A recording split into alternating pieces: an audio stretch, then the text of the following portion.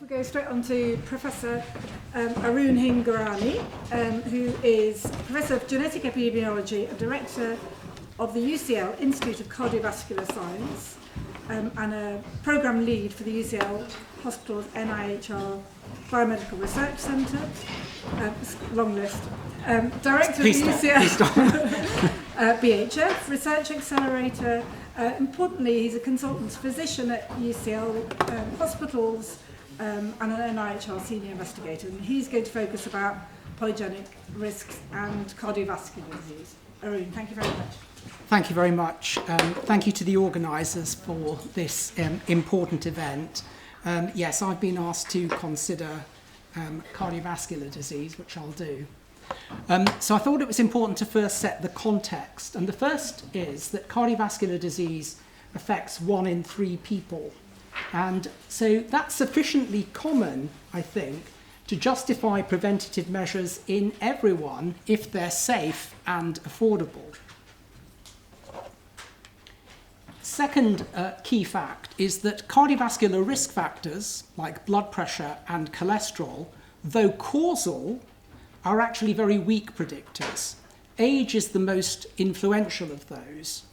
What that means is that risk models that are based on multiple weak predictors will also be weak predictors.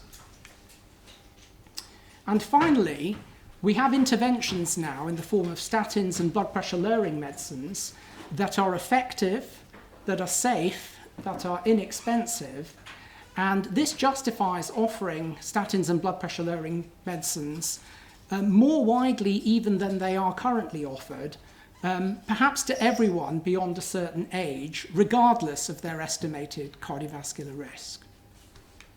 So it's against this background that, as we've heard, there have been some quite strident claims that polygenic risk scores will lead to a transformation in disease prediction and prevention, with claimed improvements in 3 areas: disease screening, prediction of risk in an individual, and risk stratification of a population.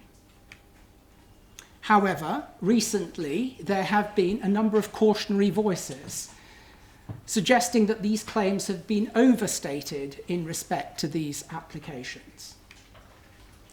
So let's try and define the terms first, and then we'll see how polygenic scores perform in each of these areas. So here I'm referring to screening.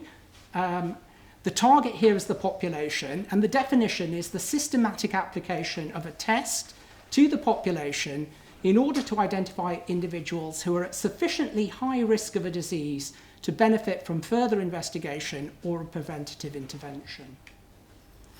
In risk prediction, the target is the individual, and the idea is to give that individual an estimate of their absolute risk or odds of becoming affected by the condition in a given time frame.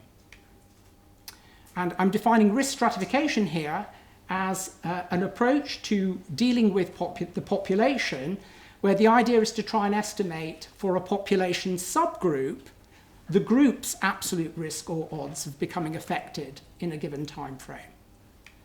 Now, each of these applications can be assessed using appropriate metrics. Amit very kindly defined the detection and false positive rate for me already, which are the appropriate metrics to evaluate a screening test.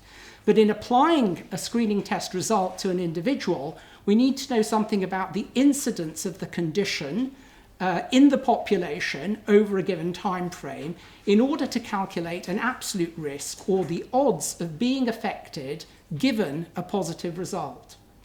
And similarly, we need to be able to calculate the odds of being affected for an individual who's given a particular polygenic risk score result, and the odds of being affected for occupancy of a particular population subgroup if we're aiming to risk stratify a population. So those are the definition of terms, and those are the appropriate metrics.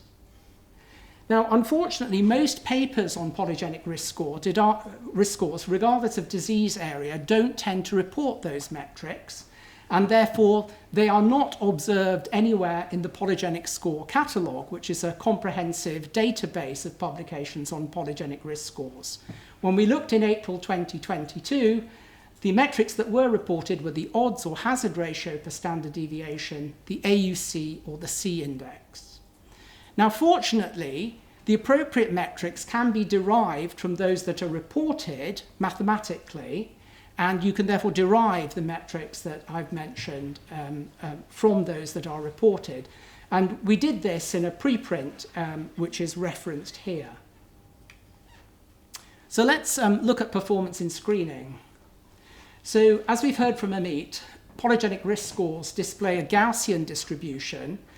The distribution is shifted to the right among those who will later become affected by the disease. And therefore, the performance of a polygenic risk score in any of the applications is dependent on how far apart those distributions are. In other words, how far apart are the means of those two distributions. So in this hypothetical example, they're one standard deviation apart. So we can define a polygenic risk score test cutoff for saying that the test is positive. And if we want to minimize the false positive rate, let's say we want to specify a 5% false positive rate, we can then ask the question, how many individuals would be detected with, using that test cutoff? And in this case, it's 26%. And so we can define this value, the DR5, which is the detection rate for a 5% false positive rate. We could increase the detection rate, but it would come at the expense of a higher false positive rate, or vice versa. So there's a trade-off, and you might want a different trade-off in different conditions. But for convenience, I'm going to stick to the DR5 value. So when we looked at the polygenic score catalogue and converted the reported metrics into the DR5 value, we identified about 926 polygenic risk scores for diseases. These are metrics, there are about 300 diseases, and the median DR5 value for all polygenic risk scores was just 11%. And for coronary artery disease, the median DR5 value was 12%. So quite similar to the ones that Amit mentioned for cancer. Now we've got this metric that we can use and apply across all polygenic risk scores, and in fact use to compare polygenic risk scores to non-genetic tests. We can start to interpret some of the claims. So, for example, this publication suggested that a new polygenic risk score for coronary artery disease provided substantial improvement over previous risk scores, and what was shown were the AUC values. But if you convert those to the DR5 values, you see they're really very little different from one another, and in all cases, about 90% of cases are missed with a 5% cutoff. Now, this is the separation of polygenic risk score curves for polygenic risk scores for coronary artery disease, the typical ones that have a detection rate for a 5% false positive rate of 5%. Now, sometimes you see comparisons of those in the upper and lower fifth of the distribution. And in this case, that captures 36% of the affected individuals and 9% who are in the top fifth of the distribution. And those who are below the bottom fifth of the distribution, about 9% of those are affected. So you can derive an odds ratio for that comparison between the top and bottom fifth, and the odds ratio is 4. Now that's quite a high odds ratio if you're considering etiology, but it's not high enough for prediction, so it yields a detection rate of 12% for a 5% false positive rate. Now, Annika mentioned that polygenic risk scores are often compared to non-genetic risk factors in coronary artery disease, and it stated that polygenic risk scores perform about as well as conventional risk factors, here cholesterol and blood pressure. And that's true. But conventional risk factors, though causal, are very poor screening tests. Now, if you wanted a polygenic risk score to really produce a useful detection, the odds ratio comparison between top and bottom fifths, even to have a 50% detection rate, which is not amazing, but it's better, the odds ratio would need to be 124.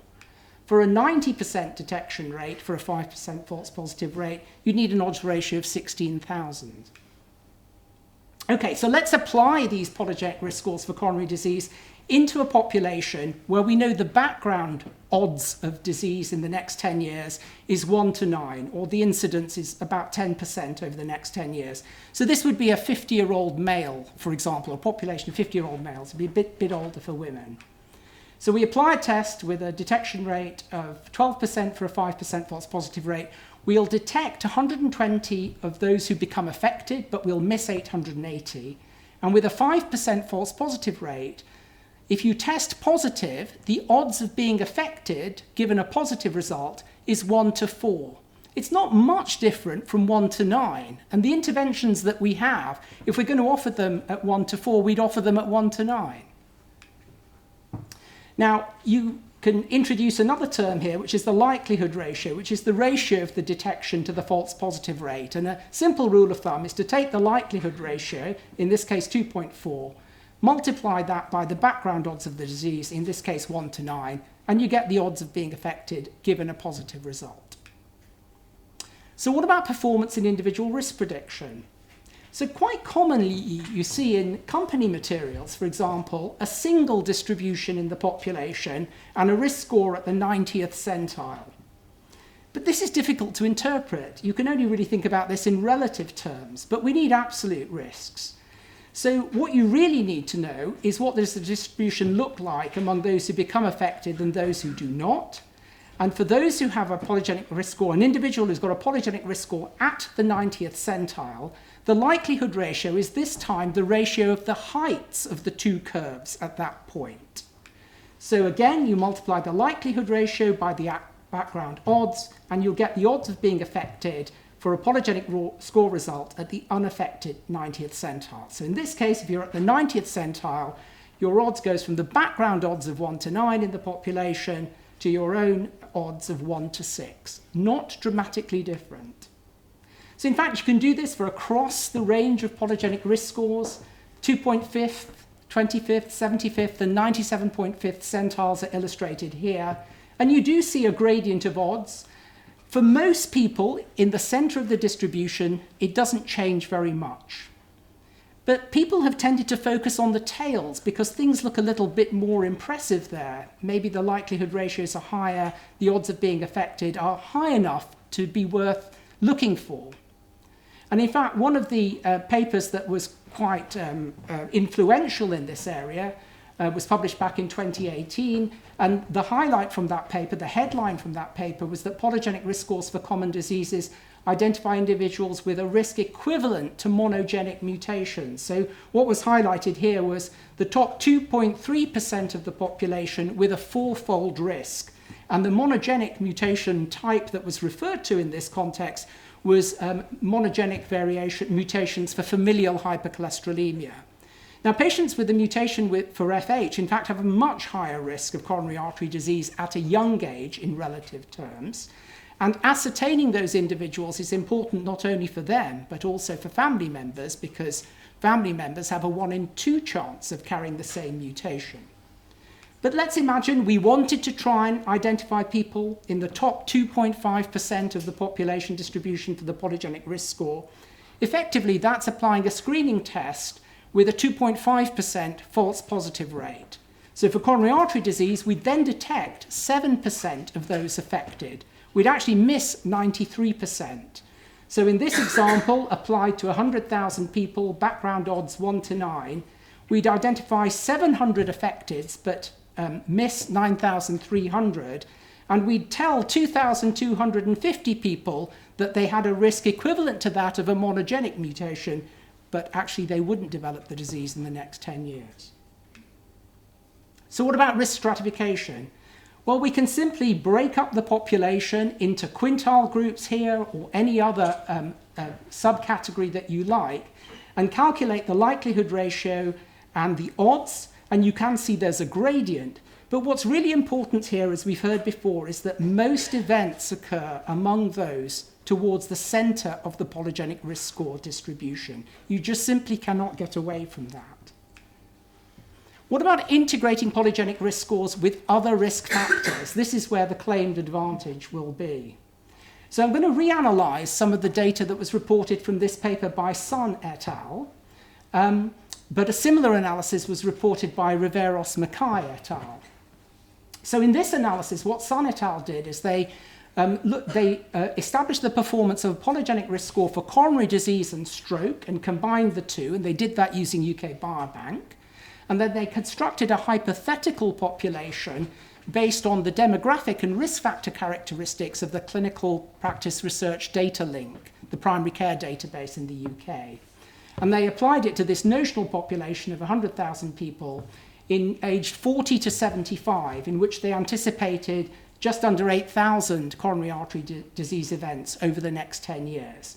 So they then looked at the performance of conventional risk factors using a 10-year 10% risk cutoff of 10%, and this is the current NICE threshold.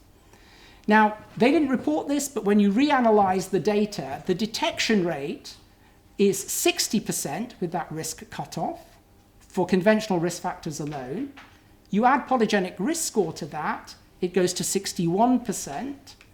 The false positive rate in both cases is just under 25%. In both cases, you offer statins to around 25,000 of the 100,000, about a quarter of them.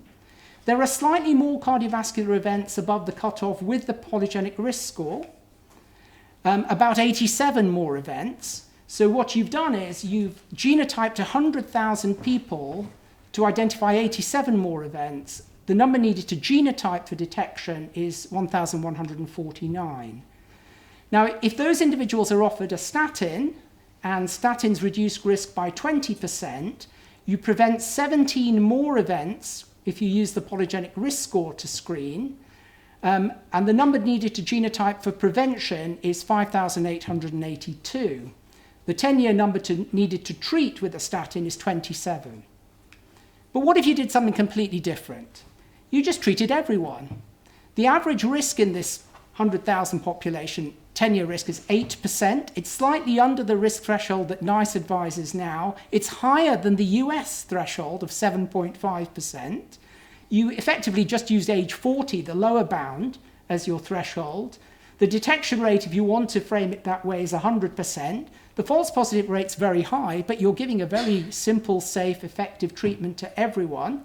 And you will prevent 1,600 events. You don't genotype anyone.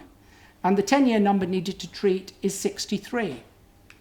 But this group continues to benefit. More events occur over a lifetime. 1 in 3 people get a coronary artery disease event. So the false positive rate falls, the number of events prevented rises, and the lifetime number needed to treat falls to just 15. So in conclusion, polygenic risk scores perform poorly in population screening, individual risk prediction, and risk stratification for cardiovascular disease, whether used alone or in conjunction with conventional risk factors.